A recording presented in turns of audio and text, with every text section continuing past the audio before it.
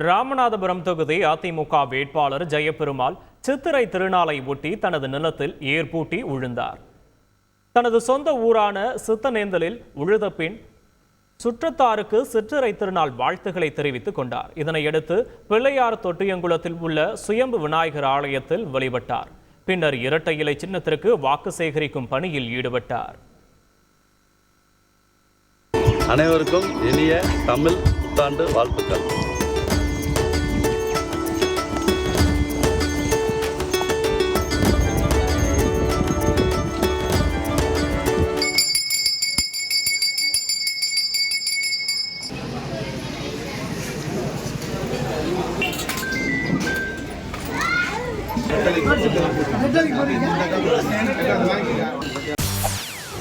செய்திகளை உடனுக்குடன் தெரிந்து கொள்ள உடனே சப்ஸ்கிரைப் பண்ணுங்க.